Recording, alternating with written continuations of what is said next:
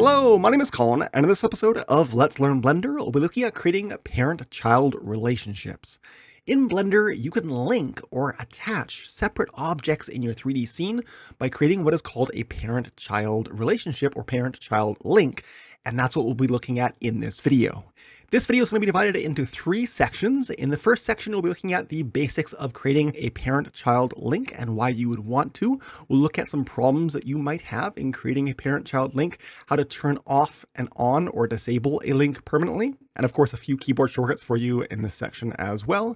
In section 2, we'll be looking at how to create, or how I might create, a very simple beginner's starting project of a little simple 3D robot that I created out of basically just primitive 3D mesh objects and a little bit of edit mode use. So I'll be using a parent-child links to join all the parts of the robot together so that they are separate objects, but they move with one another kind of like an action figure, and they all rotate from the right spot, and it makes it easier to animate a very simple character like this that does not have any bones inside of it, just primitive 3D shapes. In the third section of this video, we'll be looking at how to actually turn off and on or animate, let's say, a character picking up an object and then putting that object back down somewhere else. So you can only have a parent-child link for a certain amount of time in an animation. I'm often asked how to do that. I'll be showing you in the third section of this video.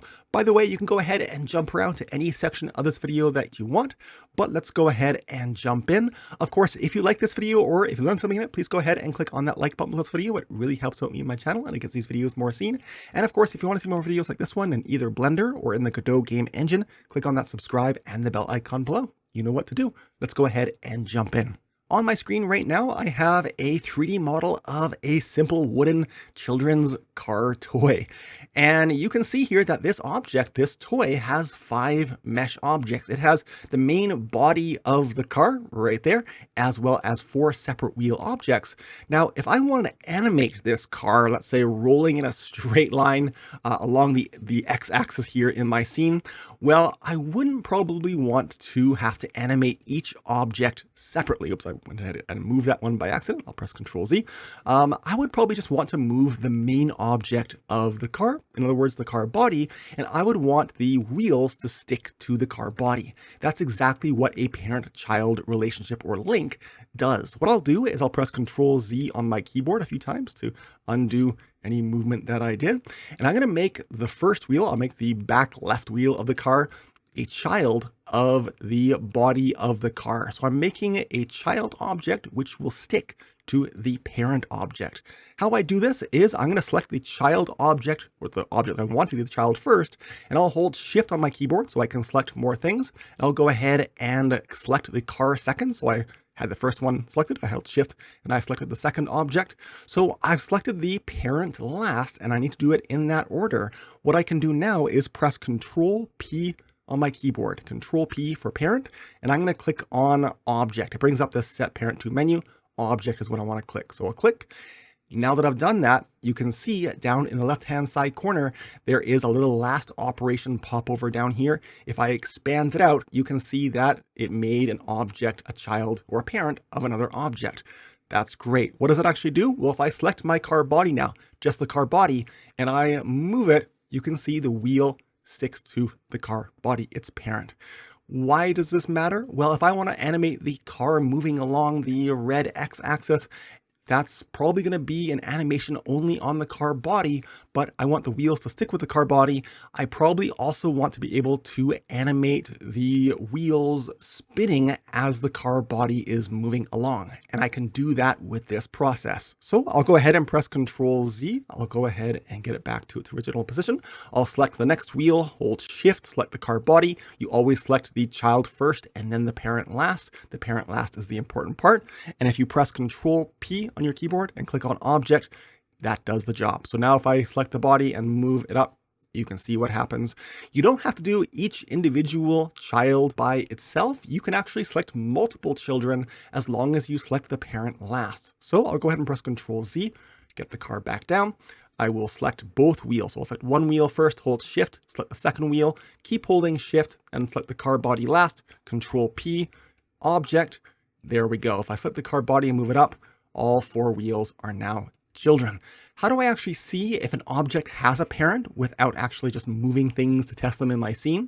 Well, if I press Control Z to move that car back down and I select one of the children, one of the wheels, and I go over to the Properties editor on the side of Blender's interface, down to the Object Properties tab in the Properties editor, there is a section with an object selected called Relations. And you can see here with that wheel selected, it has a parent set as the car object, which is this mesh object right here. You can see that I have the car selected up here in my outliner. By the way, you can see with the actual car object itself, it does not have a parent, but all 4 of the wheels do. All 4 wheels have a parent. That is the car body, of course. By the way, the car object is now the only object of that kind of hierarchy, with the wheels being children, all 4 children of the car body, that shows up in your outliner. You can see if I expand the car out and then make the outliner a little bit taller, you can see that. I'm not sure why they're all called rad 2, rad 3, dot, whatever, but you can see these are all the different wheel objects, and they are now hidden kind of inside the little tree structure here of the outliner window. So now you can only see parent objects at this upper layer in my collection of my scene. Now you might ask, how do you unparent an object? What happens if you accidentally make an object a child of another object and you want to undo that later on? Well, all you have to do is actually select that object, and there's 2 different ways to do this. You can press either Alt P on your keyboard, not Control P to make a parent, but Alt P, and you can say clear parent. You can also say clear parent and keep transformation. And basically what that means is if I move my car body, let's say over a little bit, and I'll pan over, and then I select that wheel and I press Alt P on my keyboard and I say clear parent, well, that object will jump back to wherever it thinks it should be without any influence from its parent. So if I say clear parent, it jumps back to where it originally was before I parented it. If I don't want that, if I want the wheel to stay with the car, I'll press Control Z to undo that. I'll press Alt P to unparent, and I'll clear and keep transformation. And of course, what that does is it no longer makes that object have any parent, but it keeps it where you think it should be. The other way to unparent an object, I'll go ahead and press Control Z to make that object, that wheel, have a parent again. The other way you can clear a parent is simply going to that same relations section of the Properties tab in your Properties editor and pressing the X next to the parent, and that will clear it, although that clears it without keeping the transformation. Okay, I'll go ahead and press Control Z to reattach the wheel to the car. Now, something that often happens with new Blender users is they end up accidentally making the child object, or the object they want to be the child, into the parent, and they make the parent into the child. They get it in the wrong order. Well, when that happens, and then you try to fix that problem simply by overwriting with Control P by selecting the objects in the reverse order. So let's say I take this wheel and I clear its parent. I'll go ahead and press Alt P and say clear with keep transformation. And then I parent these things in the wrong order. So I select the body first and then hold shift and select the wheel last and Control P and object. Now this car has a child. It's the 3rd rad, which is the wheel, I guess. So now if I grab the wheel, it moves. I don't want that. So I'm going to go ahead and just do it the other way instead. I'm going to select the wheel, hold shift, select the car, Control P, object. No, I have an error here. It says loop in parents. It means that, well, we're trying to make a parent a child when it's already a parent. It doesn't work. You can't just overwrite a wrong direction of parenting. That creates kind of an infinite loop, and Blender won't let you do that. So I'll go ahead and select my car. I'll press Alt P to clear its parent and keep transformation. I'll now select the 2 objects in the right order. I'll select the wheel, hold shift, the body, Control P, object. There we go. It's now back to the way it should be. Next up is creating a simple character rig using parent and child links. This is a simple robot that I often have my students make, or some sort of a robot that looks like this, out of simple primitive 3D shapes. Usually after I'm teaching students for about 3 days or so in Blender, 3 classes, just a few hours, they make something like this, a simple robot made out of 3D primitive shapes, and I'm going to have them animate it. So I need to have them attach the pieces together. Now, some of the pieces of this robot, I'll go ahead and select the head of the robot, are joined together permanently using Control J to join different meshes together together after they have their materials so that they're one solid kind of mesh object forever.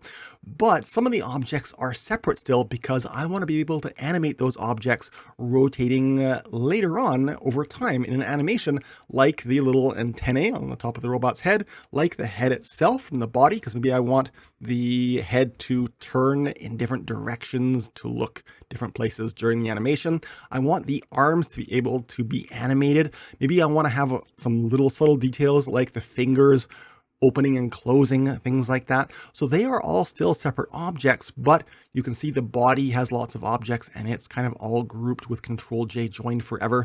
What I'm going to do here is make a parent-child hierarchy to essentially rig my character without any use of bones. If you're not aware, Blender has the ability to add bones inside of a 3D character model, and that process is called rigging, where you make bones that are appropriate for a 3D character mesh object, and then you make the bones control the character mesh, and then you animate the bones to animate the character.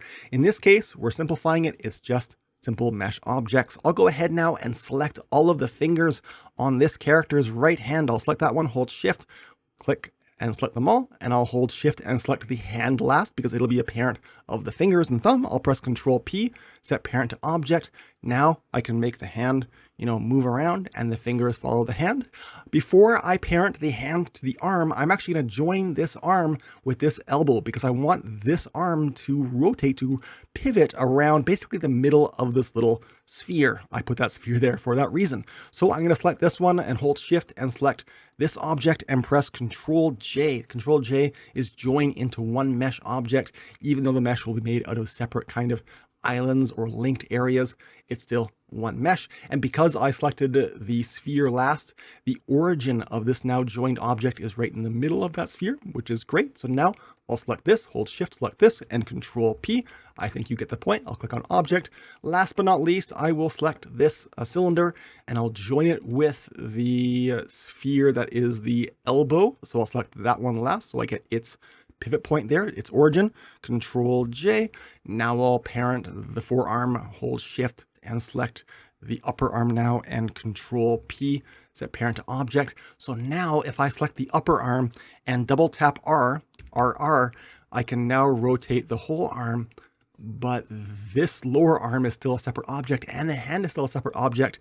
And if I select one of those objects, use my rotate tool and change the rotate gizmo axes up here from global to local, hopefully then the axes will point in a more usable direction so I can rotate one of the axes using the little loops to basically transform the arms sections in the right direction. So there you go. I'll press Control Z a few times to undo this posing.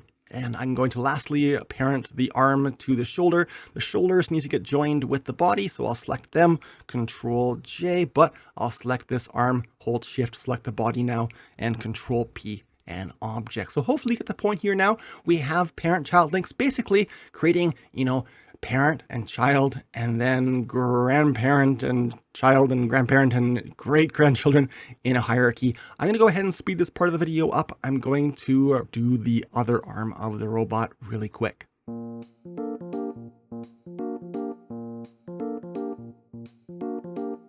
Okay, so what I'm going to do now is parent the two antennae. I'll select them both, hold Shift, select the head, Control P, set parent to object. I'm going to link the head because I want it to turn separately from the body. I'll select it, hold Shift, select the body, Control P, set parent to object. Last but not least, if I grab the whole thing, or just the body rather, and I press G, you can see that bottom sphere needs to be parented because maybe it'll roll on the ground as the robot's moving. I'll hold Shift, selected, Control P.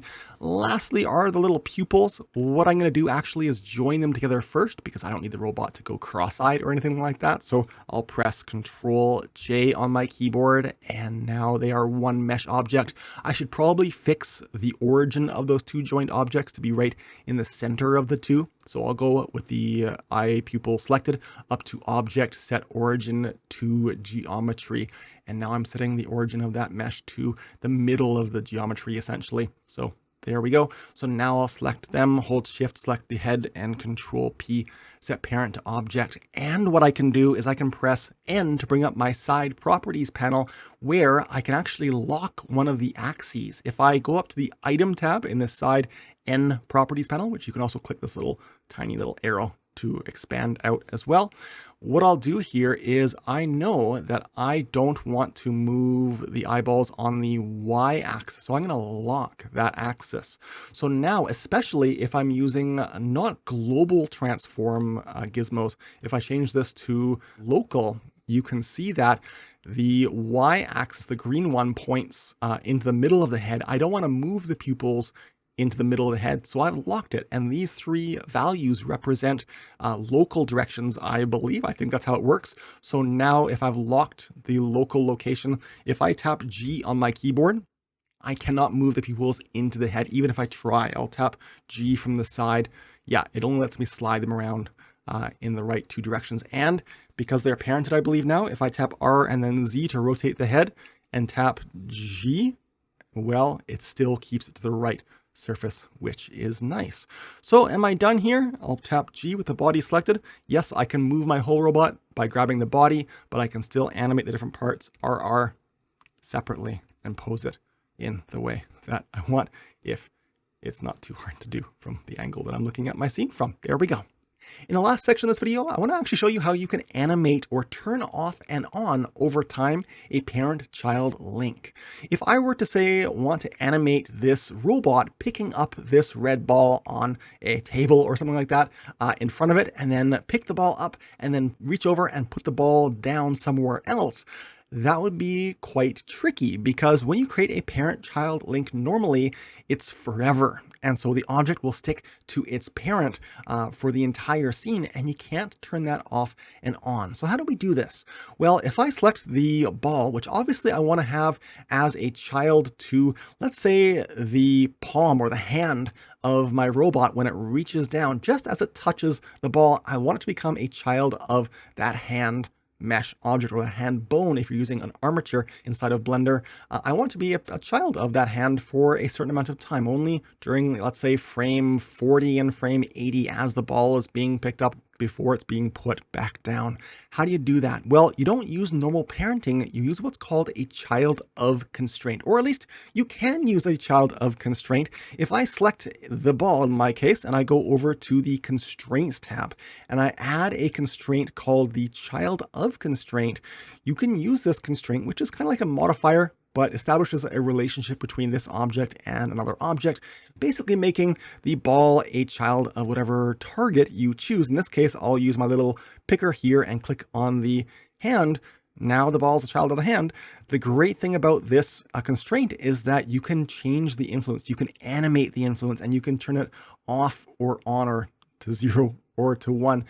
Unfortunately, this constraint is not very easy to use. I have a quite old video, it's about 5 or 6 years old now, in Blender 2.7 on how to use this. I'm actually not going to go over this constraint in this video because I have found a much easier way that's much less finicky and takes less practice to use. It is actually an add-on that does not actually come with Blender, but it is free and you can go ahead and find it online very easily. I'll show you where to get it. In fact, I'll put a link in the description area below so you can find it for yourself.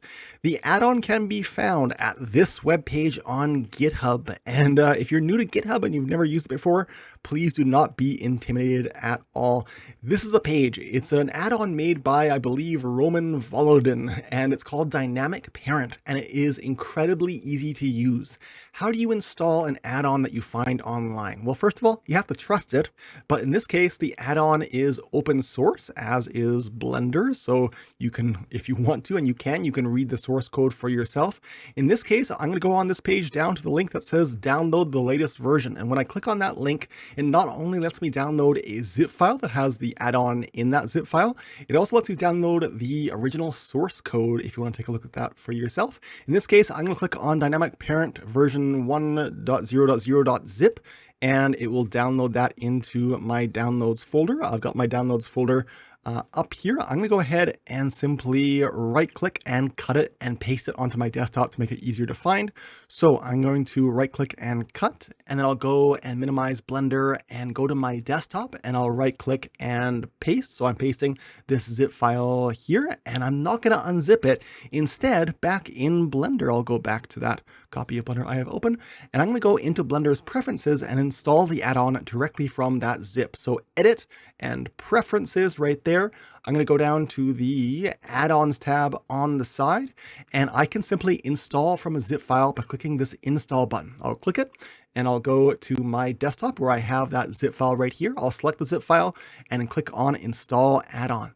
It's really that simple. When you click install, it doesn't actually enable that add-on though. So I'm going to do a quick search for parent. And when I search for that, there it is, Animation Dynamic Parent. Yours will not be enabled by default. I already had it enabled, so it was already checked. You need to check the little checkbox and then go down to Save Preferences if you don't have autosave enabled. So I'll just click it for the sake of it. I'll close my preferences. And how do you actually use this add-on? Well, you'll find it in that side properties panel on the side of your 3D viewport. I'll go ahead and press N on my keyboard to bring up that side panel. And when you enable that add-on, you should have more tabs here at the side. You should have one more tab actually called Dynamic Parent. I have another add-on here. It's called Screencast Keys. It's how you're seeing that little mouse cursor down here that shows me what mouse clicks and what keys I'm pressing on my keyboard. That is right here. It's called Screencast Keys.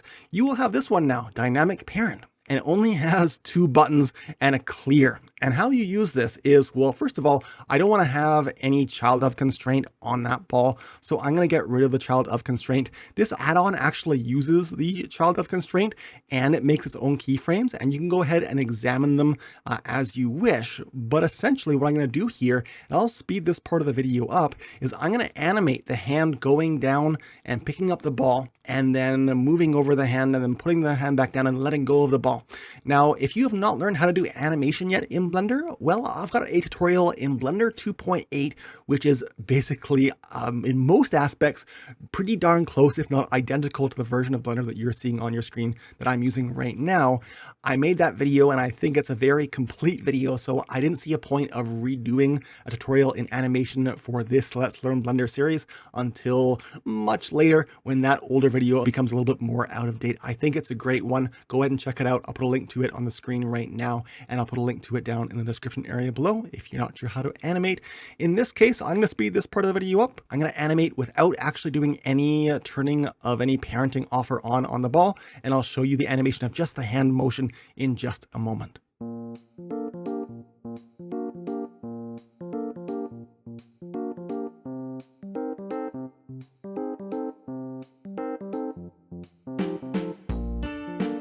All right, so I'm done my animation. I'll show you what it looks like. I'll press play. I'm on frame 1 here. It reaches down, it picks up the ball, it puts it back down, and then it puts its arm back down at the end.